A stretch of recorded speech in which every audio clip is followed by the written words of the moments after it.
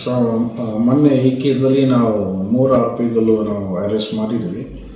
So ಇದರಲ್ಲಿ ನಮಗೆ ಸ್ಟಾರ್ಟಿಂಗಲ್ಲಿ ಕಷ್ಟ ಏನಿದೆ ಅಂದರೆ ವಿಕ್ಟಿಮ್ ಕಂಪ್ಲೇಂಟ್ ಪ್ರಕಾರ ಅವರು ನಮಗೆ ಬರೀ ಒಂದು ಹೆಸರು ಕೊಟ್ಟಿದ್ದಾರೆ, ಬರೀ ಒಬ್ಬರು A1 ಅಂತ ಹೆಸರು ಕೊಟ್ಟಿದ್ದಾರೆ, ಬಾಕಿ ಆರೋಪಿ ಯಾರು ಇದರಂತ ಅವ್ರಿಗೆ ಗೊತ್ತಿಲ್ಲ. ಸೊ ಫಸ್ಟ್ ನಮ್ಮ ಮುಖ್ಯ ಪ್ರಯಾಣ ನಾವು A1ಗೆ ಸೆಕ್ಯೂರ್ ಮಾಡಲಿಕ್ಕೆ ನಾವು ಕೊಟ್ಟಿದ್ವಿ. ಸೊ A1 ಸೆಕ್ಯೂರ್ ನಂತರ ಮತ್ತೆ ನಮಗೆ ಸ್ವಲ್ಪ ಅದು ಮತ್ತೆ ಎಕ್ಸ್ಟ್ರಾ ಮಾಹಿತಿ ಬಂದಿದೆ ಅವ್ರ ಜೊತೆಗೆ ಯಾರು ಹೋಗಿದ್ರು. ಯಾಕಂದರೆ ಸ್ಟಾರ್ಟಿಂಗ್ ಈ ಕೇಸಲ್ಲಿ A1 ಅವರು ಒಬ್ಬರೇ ಹೋಗಿದ್ದಾರೆ, ಇದು ಸೀನ್ ಆಫ್ ಕ್ರೈಮ್ಗೆ ಒಬ್ಬರು ಹೋಗಿದ್ದಾರೆ. ಈ ಬಾಕಿ ಆರೋಪಿಗಳು ಅವರು ಆಮೇಲೆ ಬಂದಿದ್ದಾರೆ. ಸೊ A1 ಹಿಡ್ಕೊಂಡು ನಮಗೆ ಮತ್ತೆ ಗೊತ್ತಾಗುತ್ತೆ ಈ ಥರ ಆಗಿದೆ ಅಂತ. ಆ ಸಂದರ್ಭದಲ್ಲಿ ಇಬ್ಬರು ಆರೋಪಿಗಳು ಅವರು ಎಸ್ಕೇಪ್ ಆಗಿದ್ದಾರೆ. ಆದ್ರೂ ಈಗ ನಾವು ಟ್ರ್ಯಾಕ್ ಮಾಡಿದ್ವಿ, ಅವ್ರಿಗೆ 2 ಟೀಮ್ ನಾನು ಸ್ಪೆಷಲ್ ಟೀಮ್ ನಾನು ಬಿಟ್ಟಿದ್ದೀನಿ, ಅವ್ರಿಗೆ ಟ್ರೇಸ್ ಮಾಡಬೇಕು.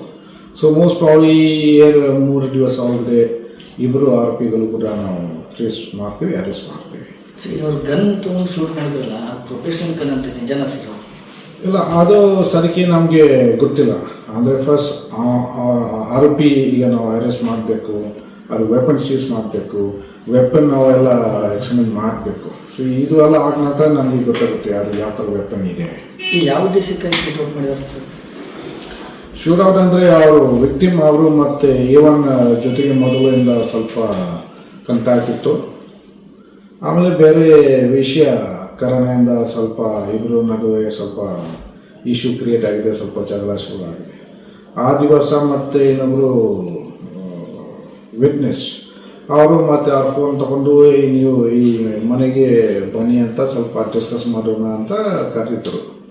ಡಿಸ್ಕಷನ್ ಮಾಡುವಾಗ ಮತ್ತೆ ಬಾಕಿ ಆರೋಪಿಗಳು ಮನೆ ಹತ್ರ ಬಂದು ಅದು ಜಗಳ ಶುರು ಆಗಿದೆ.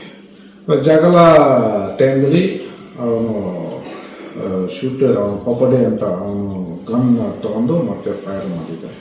ಸರಿ, ಪ್ರಣೀತನ ಹಿನ್ನೆಲೆ ಏನು ಸರ್? ಅವನು ಯಾವುದಾದ್ರೂ ಅಪರಾಧ ಕೃತ್ಯದಲ್ಲಿ ಭಾಗಿಯಾಗಿದ್ದ? ಪ್ರಣೀತನ ಹಿನ್ನೆಲೆ ಏನು ಸರ್? ಅವ್ನ ಬ್ಯಾಕ್ಗ್ರೌಂಡ್ ಅವರು ಮೆಡಿಕಲ್ ಸೇಲ್ಸ್ ರಿಪ್ರೆಸೆಂಟೇಟಿವ್ ಇದ್ದಾರೆ. ಅವರು ಪ್ರಣೀತ್ ಅಲ್ಲ, ಮೆಡಿಕಲ್ ಸೇಲ್ಸ್ ರಿಪ್ರೆಸೆಂಟೇಟಿವ್. ಈ ಗನ್ ಏನಾದರೂ ಸೆಕ್ಯೂರ್ ಆಗಿದೆ ಸರ್? ಇಲ್ಲ, ಇನ್ನೂ ಸೆಕ್ಯೂರ್ ಆಗಿಲ್ಲ. ಸೆಕ್ಯೂರ್ ಮಾಡಬೇಕು. ಈಗ ಫಸ್ಟ್ ಆರೋಪಿ ಸೆಕ್ಯೂರ್ ಮಾಡಬೇಕು. ಅವನಿಗೆ ಸೆಕ್ಯೂರ್ ಆದ ನಂತರ ಮತ್ತೆ ಅವನ ಕಡೆಯಿಂದ ನಾವು ರಿಕವರಿ ಮಾಡಬೇಕು.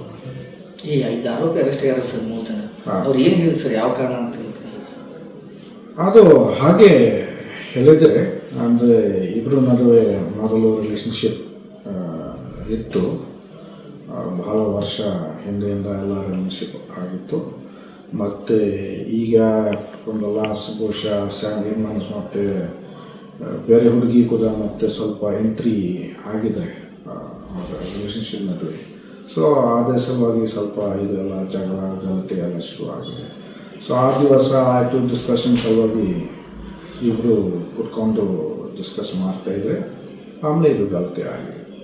ಈ ಫೈರ್ ಮಾಡಿದವರು ಯಾರು ಸರ್? ಒಬ್ಬ ಪಪಡೆ ಅಂತ. ಅರೆಸ್ಟ್ ಆಗಿಲ್ಲ? ಇನ್ನೂ ಅರೆಸ್ಟ್ ಆಗಿಲ್ಲ, ಅವನಿಗೆ ಅರೆಸ್ಟ್ ಮಾಡಬೇಕು. Thank you.